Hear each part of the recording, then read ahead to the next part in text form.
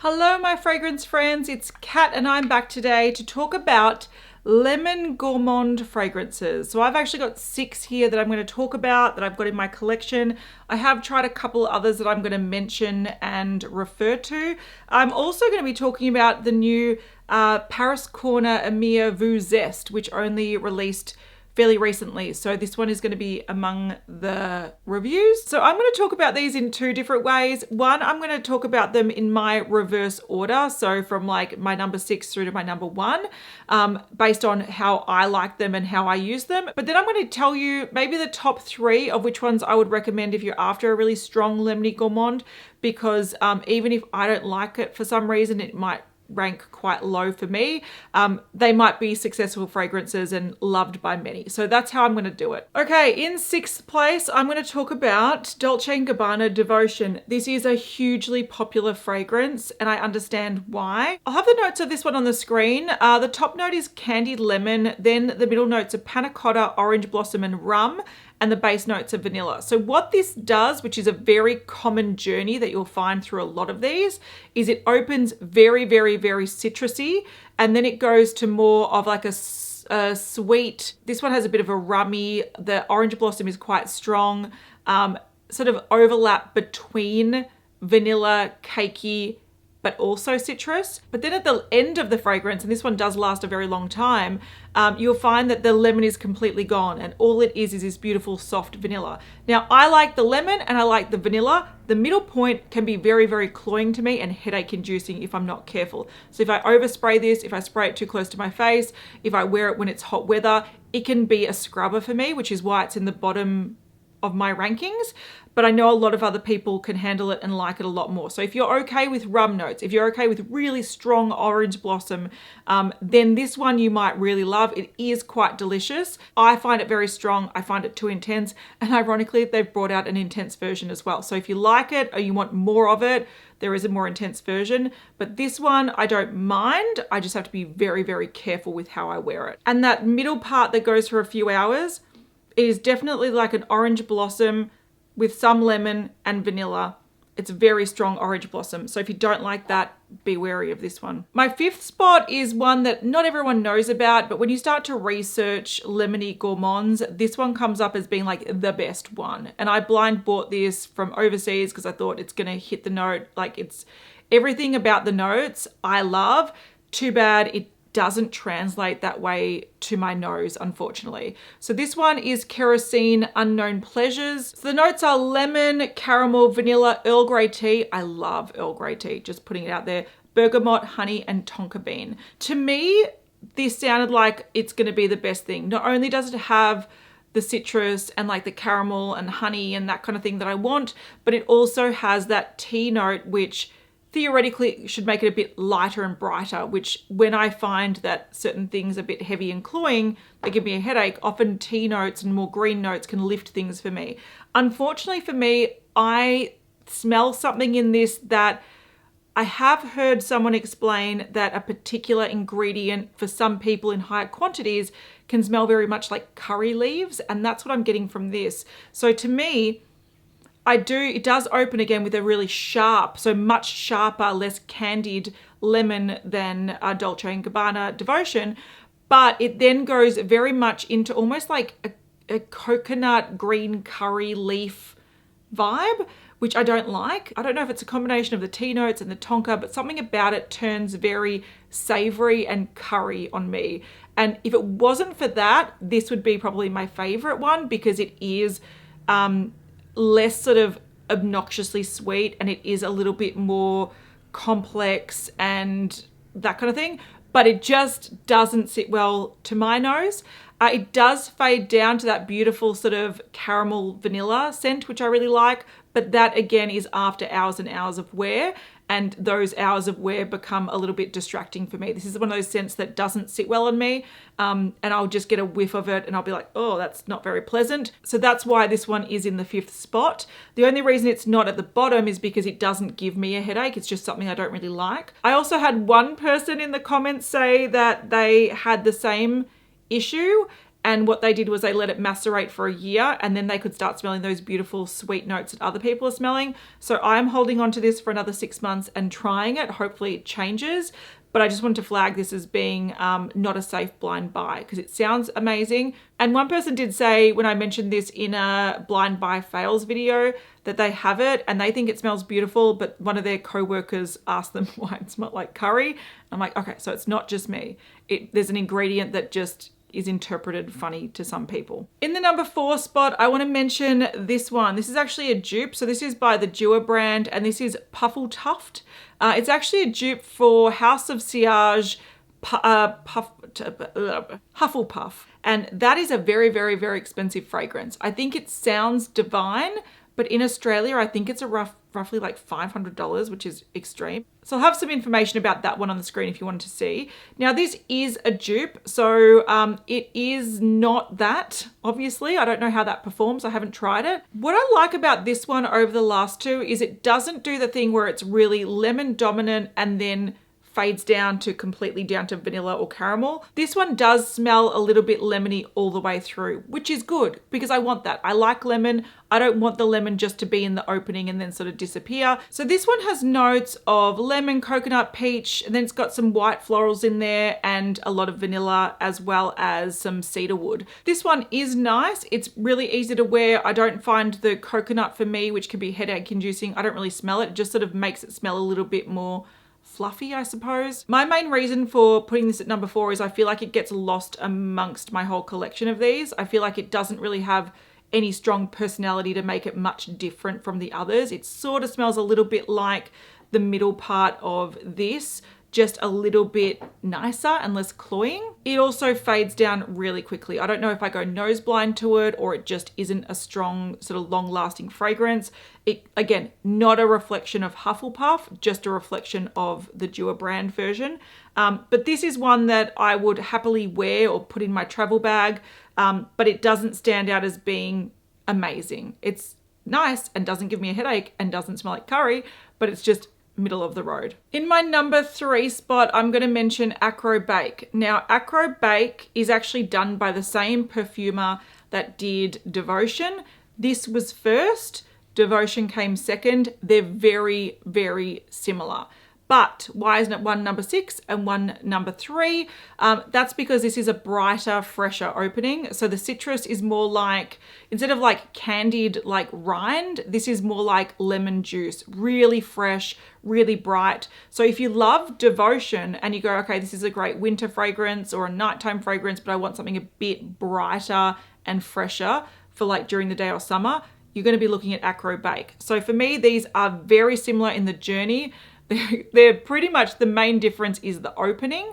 So this one I just prefer. I like that really vibrant, really like sour lemon opening. Some people think it smells a bit like cleaning products. That's fine. You do you. It's just a lot more lively and a lot more fun for me. But I think because this doesn't have the orange blossom, it actually doesn't go as headache inducing for some reason. So in the top notes of Akro Bake, it's got lemon zest and rum. Then the mid notes are whipped cream and praline, and then bourbon vanilla and brown sugar as a base. So again, that's exactly how it sort of goes. So it's very, very lemon. There is a bit of rum. It's a little bit boozy, but it just feels like it gives it a bit more strength to it. It's not like lemon that just dissipates really quickly. I feel like the rum sort of anchors it down a little bit, but the praline and the cream and the brown sugar and vanilla, I think is a little less cloying than Dolce & Gabbana. So I actually bought this first and thought, okay, there's something about this that I like, but there's also something about it that I don't like. And I feel like Akro Bake is the answer to that. Like this is a better version for me personally. Do you need them both? Absolutely not. And do I think that that middle ground smells very similar? Yes. But this one to me is just an easier wear and something I'll reach for more. So now, even though this is a top 3 spot, I have found something that probably dupes it for cheaper. So I went to Lush a few weeks ago and I smelt Chelsea Morning. Now Chelsea Morning opens with that caramelly sweet sort of biscuity cakey vibe, whatever it is. And then it settles into lemon. So it's the opposite of this. But overall, the way it settles on your skin smells very much the same and is like a fraction of the price. So I really like Akro Bake. I think it's worth the praise it gets. I also think it's the thing that started a lot of this lemon gourmand trend, and a lot of brands have since sort of copied it. But I think Chelsea Morning is a better buy. So that's, yeah, I will use this. I'll enjoy it. But I think Chelsea Morning gives you something very similar. My second spot is the least lemony of the bunch, but it still has a hint of lemon and I love it. And this is probably my most used one. So I want to flag that as being this one for me.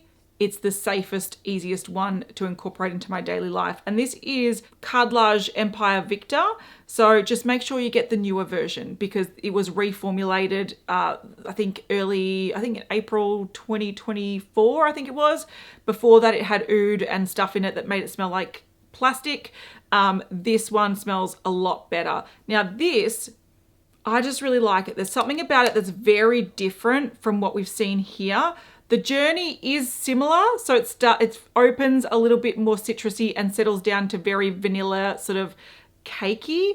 But I just think that this is just such an easy wear, and this is one that I would prefer to reach for on a daily basis compared to the other ones we've mentioned. They're quite bold and in your face. This is a lot more subtle. So in the opening, it has lemon and bergamot. In the mid notes, it's got caramel and jasmine, and then it's got vanilla and musk in the base. Now, it does have citrus. Some people can't smell it. Some people think it's just like a sweet vanilla and like musk. Whereas for me, I can smell it, but it's very fleeting. So it is just in the opening and then it disappears. But this is such a pleasant fragrance. So if you want something that has a really strong citrus to it, this is not the one to go for. But if you want a really pleasant, easy to wear sort of vanilla-y musk with a little bit of like fresh citrus, this is one of my faves. I really, really enjoy it. So that was my number 2. Now onto my number 1, and it is the new Paris Corner Voux Zeste from the Amir range. Now I don't like the bottle of this. It's got that sort of flocked fluffiness, and I love the color, but you can get scratches and dents very easily. But what I love about this is it reminds me a little bit of Unknown Pleasures, but less obnoxiously odd. This is supposed to be a dupe for Xerjoff Lira, which I have had a sample of in the past. I've used it up. To me, Lira is an odd one because it does open citrusy. It does go down to a nice sweet fragrance, but it's also very floral on me. There's something about it that the dominant notes are probably like the lavender and some of the other notes that in this, it like rounds it out. But in Lira, that's what I ended up smelling predominantly in the dry down. So I never thought Lira was worth the money for me. It's quite an expensive fragrance. Whereas this one, I think it's much cheaper. It's a Middle Eastern dupe, but I think it's just a bit nicer and more citrusy. I will have the notes of Lira compared to this one because they are almost identical. I think the main difference is that this one doesn't have licorice. This is actually an example of one that doesn't actually have any lemon in the notes, but it smells very much like lemon. So in the top notes, there's lavender, bergamot, and orange, or blood orange, sorry. So the blood orange and the bergamot have together smell very lemony. Then the middle notes are cinnamon and jasmine. In the base notes, there's vanilla, caramel, and musk. This is a really nice experience. If you want something that's got a bit of a punch of citrus, but it has that beautiful sort of sweet dry down, really easy to wear, this is the one I would go for. Again, I think this is more citrusy than Lira. So I think this is, for me, ticks more boxes. I do have to flag though that when it starts to dry down a little bit and starts to go from the top notes to the base notes, I get a little tiny hint of that sort of curry leaf that I get from Unknown Pleasures in this, but it's fleeting. Like you have to be smelling your wrist close up to notice it. So honestly, if I wanted a citrus dominant fragrance that had a lot of sweet gourmand notes to it, this is the one I'm reaching for every day. Absolutely. Because it's just so much easier to wear. I also think the extra notes of things like lavender and cinnamon and musk really makes this a little bit more rounded. So it doesn't feel super sharp and dominant and like trying to make a point. It just smells like a really nice fragrance. So this one I really like. Now with a lot of these, the longevity might be 6 to 8 hours. I think that's probably what you get from this. So if you wanted it to last all day and be quite obvious, I would reapply. And that's the case with a lot of citruses, even like the ones we're talking about that have strong citrus notes. The citrus will eventually dissipate because that's what citrus notes do. So just be aware that citrus is one of those things, it's a fleeting note. So if you want that citrus to last all day, you have to reapply. But there are some fragrances here that just are a little bit stronger. Like this is a stronger fragrance, but it's not necessarily the citrus that's the strong part about it. So Paris Corner Amir Voux Zeste is my number one if I want that scent profile. If I wanted something that's a little bit softer and vanilla-y, I would go for Empire Victor. I love it. Again, this is probably the softest of all, so it is more of a skin scent, but it's beautiful. And if I wanted something that's a lot more lemon dominant and something that's a lot louder, I would go Akro Bake. They're my personal top 3 that I would wear, but the top 3 that I'd recommend for someone to try out if they want to get into this space would be these 3 here, because I do think that they are the most true to what we're talking about, lemon gourmands. This is a candy lemon gourmand, really, really strong, and it's got a lot of orange blossom in it. If you want something fresher, you go Akro Bake. This has that same opening, really dominant, really strong, but less of the orange blossom. To me, less cloying. And this one is still true to that citrus opening, gourmand fragrance, but it's a little bit more rounded and I think a bit easier to wear. So if you're familiar with this scent profile, I'd love to know what your favorite one is that you've tried, or are there other ones that I haven't tried? I'm not planning on buying any because I have them coming out the wazoo. I might even try to sell a couple of these because I don't use them all. But it is a fun scent profile and it's a really great merging point between sort of like fresh citrus and gourmand, which both of them hold my heart. So I'm always excited for new ones. I'll have all the fragrances I mentioned in the description box, including the ones that I don't have, in case you wanted to research them for yourself. And thank you so much for watching. I'll see you in the next one. Bye.